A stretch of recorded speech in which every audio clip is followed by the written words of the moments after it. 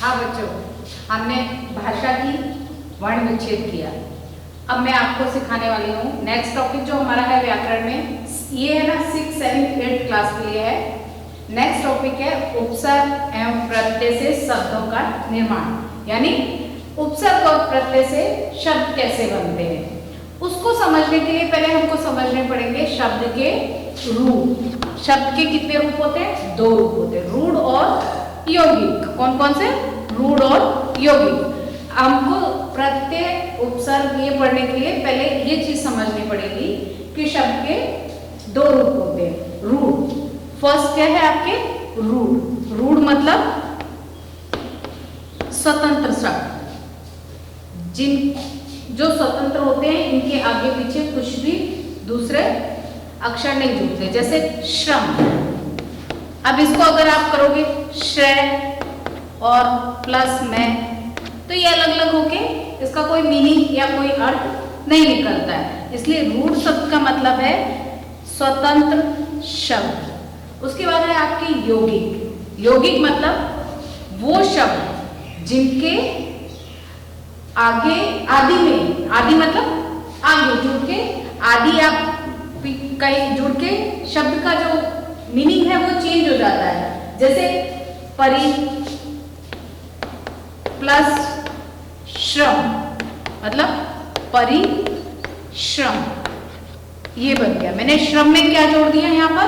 परि, तो परि जोड़ने से क्या बन गया? परिश्रम। यानी यौगिक में शब्द के आगे जुड़ जाता है, यानी शब्द दूसरा शब्द मिलकर उसका रूप परिवर्तन कर देता है, यानी उसमें परिवर्तन कर देता है। दूसरा शब्द, रूढ़ शब्दों में दूसरा शब्द जुड़कर जब शब्दों का रूप परिवर्तन होता है तो वो कहलाता है आपके यौगिक शब्द। तो 2 चीज समझी हमने। रूढ़ मतलब स्वतंत्र शब्द, यौगिक मतलब वो शब्द जिनमें दूसरा शब्द जुड़ के या मिलकर उनका रूप परिवर्तित कर देते हैं, तो वो कहलाते हैं यौगिक शब्द। अब देखो परिश्रम के, श्रम से ही समझा रही हूँ। श्रम क्या है आपके? रूढ़। खंड, ये सब क्या है? रूढ़ शब्द है, इन्हीं में जुड़ते हैं। जैसे एक जोड़ा परिश्रम, परि जोड़ा मैंने, क्या बन गया? परिश्रम।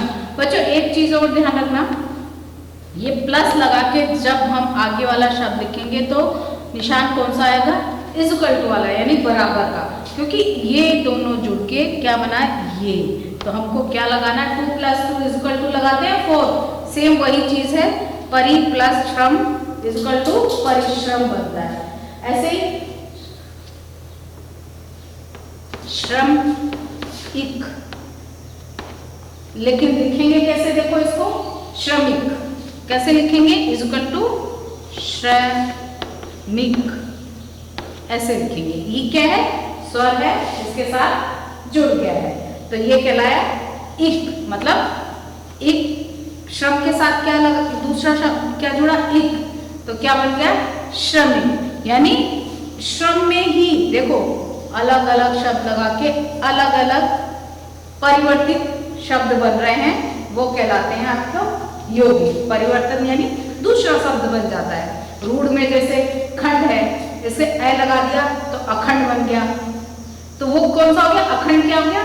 उसका यौगिक। मतलब इसके स्वतंत्र नहीं होता है, इसमें 2 शब्दों का मेल होता है, और 2 शब्दों के मेल से क्या होता है? एक नया ही शब्द यानी परिवर्तित शब्द बनता है, वो कहलाते हैं आपके यौगिक शब्द। एक और समझो, श्रम प्लस शील, श्रमशील = श्रमशील।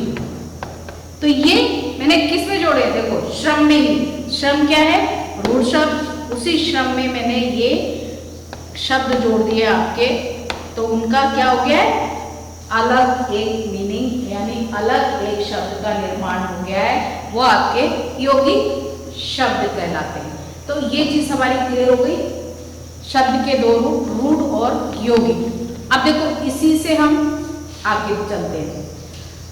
अब होता है शब्दों की रचना, मतलब किस प्रकार से नए शब्दों की रचना होती है। सबसे पहले उसके लिए इसके 3 वो होते हैं, उपसर्ग, प्रकार, प्रत्यय और समास। उपसर्ग, प्रत्यय और समास। तो सबसे पहले हम इसमें समझेंगे उपसर्ग। आज हम समझने वाले हैं इसमें उपसर्ग। उपसर्ग का मतलब क्या होता है? उपसर्ग यानी आदि। आदि शब्द का मीनिंग पता है बच्चों? आदि यानी आगे। आदि मतलब आगे। आदि मतलब आगे, यानी शब्द के आगे लगकर शब्द बनाना, यानी शब्दों के आदि में जुड़कर शब्दों के अर्थ में परिवर्तन कर देना, यानी शब्दों के आदि में कोई शब्द जुड़ जाता है और उस जो मेन शब्द है ना, जो हमने हमारा मेन शब्द है, उसका परिवर्तन यानी दूसरा ही शब्द बन जाता है, वो कहलाता है आपके उपसर्ग शब्द। क्या कहलाते हैं? उपसर्ग कहलाते हैं। ये 3 तरह से पढ़ने आपको, उपसर्ग, प्रत्यय और समास। सबसे पहले हम सिर्फ उपसर्ग ही समझेंगे। ये 2 चीज अभी आपको नहीं याद रखनी है, सिर्फ क्या रखना है? उपसर्ग याद रखना है। उपसर्ग यानी आदि, यानी आगे जुड़कर शब्द का रूप परिवर्तन कर देना ही उपसर्ग कहलाता है। जैसे मैं एक उदाहरण दे दूं, अधि, तो इसको शब्द बनाएंगे अधिकार। अधिकार बन गया, ये देखो इस तरह से, यानी कहां जुड़ा? आगे। अधि क्या है आपके? उपसर्ग है और ये मूल शब्द है, तो ये आगे जुड़ गया तो क्या बन गया?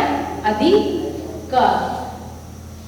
इस तरह से आपके उपसर्ग है वो शब्दों में आगे जुड़ता है, आगे जुड़कर वो शब्द का जो अर्थ है वो परिवर्तित कर देता है। इस तरह से अब इसी चीज को मैं आपको, देखो बच्चों, पीडीएफ पे समझाने वाली हूँ। यही चीज अब हम पीडीएफ पे समझेंगे, जो आपको और क्लियर हो जाएगी वो चीज। तो अब हम इसको पीडीएफ पे समझते हैं। देखो बच्चों, उसी चीज को जो हमने ब्लैक बोर्ड पे समझी थी लिख के, अब मैं उसको इस पे समझाती हूँ आपको पीडीएफ पे। देखो और आपको बिल्कुल क्लियर हो जाएगी ये चीज। ध्यान से सुनना, आराम से सुनने की चीज है। व्याकरण फिर आपको है ना जो बिल्कुल रटनी नहीं पड़ेगी। ये मेथड आप समझ जाओगे तो आप बिल्कुल अपने आप बनाना सीख जाओगे। फिर आपको रटनी नहीं पड़ेगी, बिल्कुल इंग्लिश ग्रामर की तरह है। जब हम उसके रूल्स समझ लेते हैं तो हम आपस बनाने लगते हैं सेंटेंस। सेम हिंदी में है पैटर्न कि आप रूल समझ लोगे तो आप खुद करने लगोगे, आपको कोई चीज रटने की जरूरत नहीं पड़ेगी। उपसर्ग और प्रत्यय से शब्द निर्माण। शब्द के 2 रूप होते हैं, मैंने वहां एक्सप्लेन किए थे आपको, रूढ़ और यौगिक। कौन से? रूढ़ और यौगिक। रूढ़ की देखो, अब इसकी परिभाषा देख लेते हैं। रूढ़ शब्द कौन से होते हैं? रूढ़ शब्द किसी के मेल से नहीं बनते हैं, ये किसी के मेल से नहीं बनते, स्वतंत्र होते हैं। जैसे श्रम और खंड। अब इनमें अगर श्रम और मैं अलग अलग करोगे तो वो अलग अलग हो जाएंगे, स्वतंत्र अक्षर हो जाएंगे, वर्ण हो जाएंगे, उनका कोई अलग से महत्व नहीं रह जाएगा, वो कोई शब्द नहीं रह जाएंगे, इसलिए ये स्वतंत्र होते हैं। ऐसे ही यौगिक। यौगिक शब्दों की रचना रूढ़ शब्द के आदि व अंत में जुड़ने वाले शब्दांशों से होती है। आदि मैंने बताया शुरू में और अंत में। ये शब्दांश रूढ़ शब्द से मिलकर इसके अर्थ में परिवर्तन ला देते हैं। यौगिक शब्द वो होते हैं, इसके आगे जैसे श्रम के आगे परि जोड़ दिया तो परिश्रम बन गया। नीचे मैं एक्सप्लेन करती हूँ, देखो नीचे है मेरे पास, हाँ ये श्रम, यहाँ ये देखते हैं, देखो मैंने आगे जोड़ा परिश्रम बन गया, पीछे जोड़ा इक तो श्रमिक बन गया। देखो परिश्रम बिल्कुल चेंज हो गया ना, श्रम नहीं जोड़ रही, ध्यान रखना। देखो श्रम से ही मैंने कितने अलग डिफरेंट वर्ड्स बना दिए हैं, शब्द बना दिए। देखो आगे परि जोड़ा परिश्रम बन गया, आगे परि जोड़ा और पीछे ई की मात्रा परिश्रमी बन गया। श्रम में इक जोड़ा तो श्रमी, श्रमजीवी, जीवी जोड़ा पीछे तो श्रमजीवी जो बन गया। श्रमशील यानी शील जोड़ दिया पीछे तो श्रमशील। यानी यौगिक का मतलब है कि रूढ़ शब्दों में आगे और पीछे यानी आदि में और अंत में नए शब्द जोड़े जाते हैं और उससे उस शब्द का अर्थ बदल जाता है, वो कहलाते हैं आपके यौगिक शब्द। क्या कहलाते हैं? यौगिक शब्द। इस प्रकार नए शब्दों की रचना होती है, यही शब्द रचना कहलाती है। और इसी को हम कहते हैं, ये जो हम बनाते हैं शब्दों में परिवर्तन करते हैं, इसी को हम कहते हैं शब्द रचना। क्या कहलाती है? शब्द रचना। ये बच्चों ध्यान से रखना, ये बीच बीच में से क्वेश्चंस बनते हैं, तो ये एक एक लाइन आपको सीखनी है। शब्द रचना के मुख्य 3 भेद होते हैं, उपसर्ग, प्रत्यय, समास। ये तीनों हमको पढ़ने हैं, लेकिन सबसे पहले आज हम पढ़ने वाले हैं उपसर्ग। उपसर्ग शब्दों के आदि में जुड़कर, देखो मैंने यहाँ इसका वो भी लिख दिया है, अगर आदि नहीं समझ में आ रहा है तो पहले जो पहले जुड़ता है में जुड़कर शब्दों के अर्थ में परिवर्तन लाने वाले शब्दांश क्या कहलाते हैं? उपसर्ग कहलाते हैं। उपसर्गों का प्रयोग अलग से नहीं किया जा सकता। उपसर्ग का मतलब है जब वो किसी शब्द में जुड़ेंगे तो ही वो काम के हैं, और उपसर्ग का अपना अलग से कोई महत्व नहीं है, क्योंकि उनसे कोई शब्द बनता ही नहीं है। जब तक वो किसी शब्द में नहीं जुड़ेंगे, उनका में आ गया उपसर्ग का अर्थ कि इनका स्वतंत्र कोई महत्व नहीं होता। जब तक ये किसी शब्द में नहीं जुड़ते हैं तब तक इनका कोई महत्व नहीं होता। अब देखो मैं आपको अलग अलग उसके सिखाती हूँ कि मतलब किस तरह से इनका प्रयोग किया जाता है उपसर्ग का।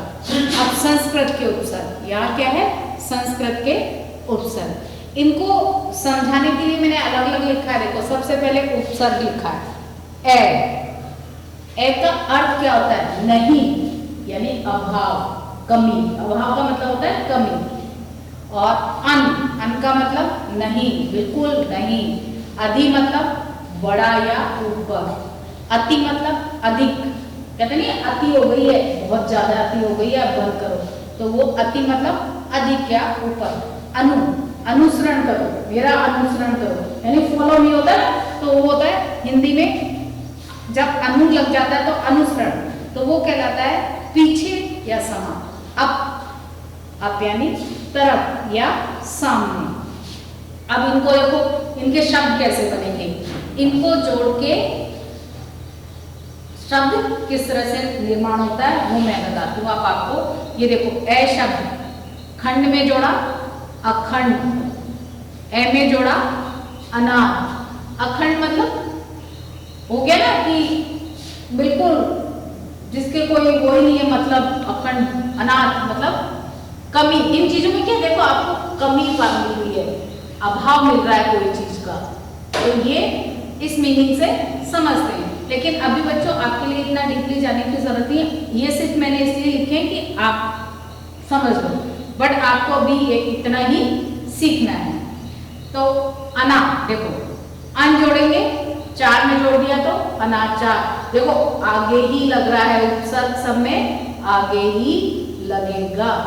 अनपढ़, अधि, इसको जोड़ा अधिकार, अधिपति, अति, अतिरिक्त, अत्यधिक, अनुकरण, अनुगमन, अपमान, अभिनेता।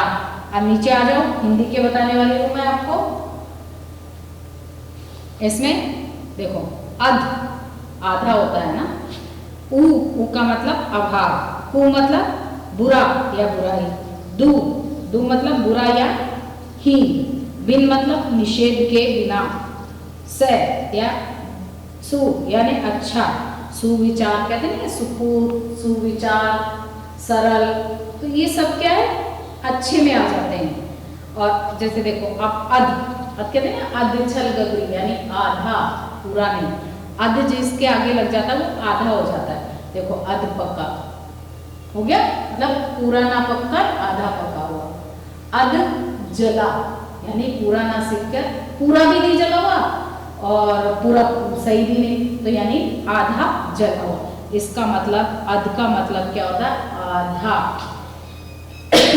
सॉरी बच्चों, ऊ मतलब अभाव, कमी। जैसे उजड़ा, उनिंदा यानी आधा नींद में, उजड़ा यानी बिखरा हुआ, सब ऐसे उजड़ा उजड़ा सा कहते नहीं है, कैसा उजड़ा उजड़ा सा लग रहा है, यानी खराब खराब सा लग रहा है, बिल्कुल प्रॉपर नहीं होना, सही नहीं होना, कुछ कमी होना। कु यानी बुरा, बुराई यानी कुपात्र, कहते नहीं है कुपात्र है, ये तो कुमार, ये तो कुमार की है, ऐसे मतलब इस कु को लगाने से अच्छा शब्द भी क्या बन जाता है, बुराई बन जाती है। क्या बन जाती है, बुराई बन जाती है इसको लगाने से। दै, दै मतलब बुरा या हीन, कहते नहीं दुबला। दुर्जन, दुर्जन यानी बुरा व्यक्ति। दु और जन यानी जन मतलब लोग होते हैं ना, तो यानी बुरा व्यक्ति। बिन यानी निषेध के बिना। बिन देखा, बिन खाया यानी निषेध मतलब मैंने देखा नहीं उसको। बिन खाया यानी बिना खाया हुआ। भर, भर यानी पूरा या ठीक। भरपूर, देखो भरपूर, पूरा, यहाँ आधा था, यहाँ पे क्या है, पूरा है। यहाँ पर क्या था, आधा, और यहाँ पर क्या आ रहा है, पूरा आ रहा है, यानी भरपूर। भर पेट, नीचे स और सु। स मतलब सु, दोनों का मीनिंग क्या है, अच्छा, सुपात्र, सपूत, सरल, इस तरह से बनते। तो ये देखो, आप देख रहे हो बच्चों, दोनों चीज में समझा रही हूँ, दोनों में जो उपसर्ग है वो आगे ही लगेगा। उपसर्ग आगे लगता है, ये चीज आपको ध्यान रखनी है, कंफ्यूज नहीं होना है। उपसर्ग कहाँ लगता है, आगे लगता है।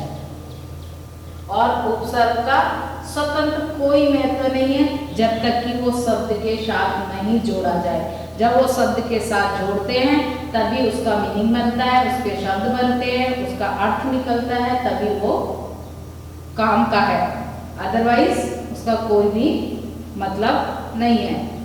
अब उर्दू के, क्योंकि हमारे यहाँ 3 मेन चीजें हैं जो हमारी लैंग्वेज में आती हैं, वो है संस्कृत, हिंदी, उर्दू। कुछ शब्द इंग्लिश के लिए, लेकिन वो यहाँ उनके आगे नहीं लगता, वो ऐसे चीज होते हैं जो अलग ही उसके ऊपर आगे चिन्ह लगता है। अब मैं उर्दू के बताने वाली हूँ। कम, कम यानी सबको पता है थोड़ा। ना, ना मतलब नहीं, कहते हैं ना का मतलब तो नहीं है। बद यानी बुरा, कहते नहीं बदनाम। खुश, खुश यानी प्रसन्न। बे, बे, ये एक ही मात्रा लगी हुई है बच्चों इसके ऊपर। ए मतलब बे यानी बिना। कम यानी थोड़ा, कम जोर, है ना, कम हो गया ना। जोर, इसको अलग कर दोगे, जोर पूरा एक कम लगा दिया तो क्या हो गया, कम जोर। कम उम्र यानी थोड़ी उम्र, तो कम लगाने से उसकी उम्र क्या हो गई, कम हो गई। कम लगाने से वो कमजोर हो गया।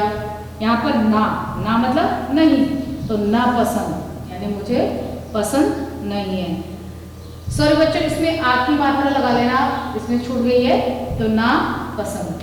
नालायक, देखो ना लगते वो कैसा हो गया, लायक था, क्या हो गया, नालायक ही हो गया। ऐसे ही पसंद में ना लगा दिया तो क्या हो गया, ना पसंद हो गया। वो मतलब मीनिंग ही चेंज हो गया, उपसर्ग लगने से वो शब्द का मीनिंग ही चेंज हो गया, मतलब ही चेंज हो गया। अगर इसमें से ना हटाओ तो क्या रह जाएगा, पसंद, अच्छा हो गया।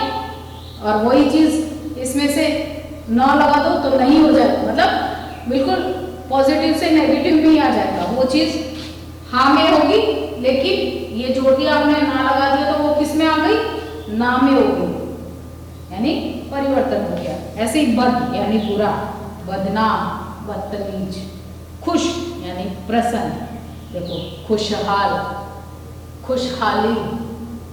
ऐसे ही बे, ये बे है, मैं बार बार बता रही हूँ, मात्रा थोड़ी सी मिक्स है बच्चों, लेकिन ये ख की मात्रा, ख के नीचे ऊ और ब के ऊपर एक ही मात्रा है। बिना यानी कहते नहीं इसके बिना, उसके बिना, तो वो बिना है ना। बेरहम, बेचारा, ये आपके तीनों हो गए बच्चों। अब देखो कुछ मैं आपको करने के लिए बता रही हूँ। इसका एक एक मैं समझाऊंगी, लेकिन बाकी दो दो आपको लिखने हैं। इनमें देखो निम्नलिखित उपसर्गों से 3 शब्द बनाइए। 3 शब्द बनाने हैं आपको। मैं एक बता रही हूँ, समझा रही हूँ, लेकिन आपको बताना ये जरूरी नहीं है एज इट इज, ऐसी इसकी जगह कुछ और भी आ सकता है, तो आपको आगे लगाना आना चाहिए, वो सीखो आप। तो वो मैं सिखा रही हूँ आपको। अभी, अब देखो अभी किस में जोड़ोगे जिससे ये शब्द निर्माण होगा? अभी जैसे मान में जोड़ दिया तो क्या हो गया? अभिमान। क्या हो गया? अभिमान। लेकिन जोड़ना कहाँ है? आगे ही लगाना, आदि में ही लगाना है, पीछे नहीं लगाना। पीछे लगा दोगे तो वो क्या हो जाएगा? प्रत्यय हो जाएगा। इसीलिए मैंने प्रत्यय शब्द, प्रत्यय का नाम भी नहीं लिया क्योंकि आप कंफ्यूज हो जाओगे। इसलिए सिर्फ पहले उपसर्ग पे ही हम ध्यान देते हैं, कंसंट्रेट करते हैं। तो अभी मतलब अभिमान। अब 2 आपको अपने आप बनाने हैं, मैं नहीं बताने वाली। बिन यानी आगे ही जोड़ना है। तो क्या सोचा आपने? कुछ बिन से आया आपको कोई शब्द? नहीं आया? बिन देखा, आगे अपने आप बनाना है, मैं 2 नहीं बताने वाली। अति, अति मतलब अतिसात। नी, निकम्मा। अधि, अधिकार। हम शक्ल। उपकार। परा यानी पराधीन। ये उप दोबारा लिखे, कोई बात नहीं, आप 2 बार लिखना इसके। बदनाम। तो क्या मैंने एक एक बताया आपको, अब आपको बनाने हैं इसके 2 लिखने, अपने आप से कोशिश करनी है और आ जाएंगे। एक बार समझोगे अच्छे से तो आ जाएंगे। अभिमान जैसे इसका बिन देखा, अतिशात, निशब्द, अधिकार, हम शक्ल, उपकार, पराधीन, उपकार, बदनाम। ये हो गए। अब ये आपको नोटबुक में कर लेंगे। आज हमारे उपसर्ग फिनिश हो गए। कल मैं आपको प्रत्यय करवाऊंगी। एक एक चीज ही समझनी है बच्चों।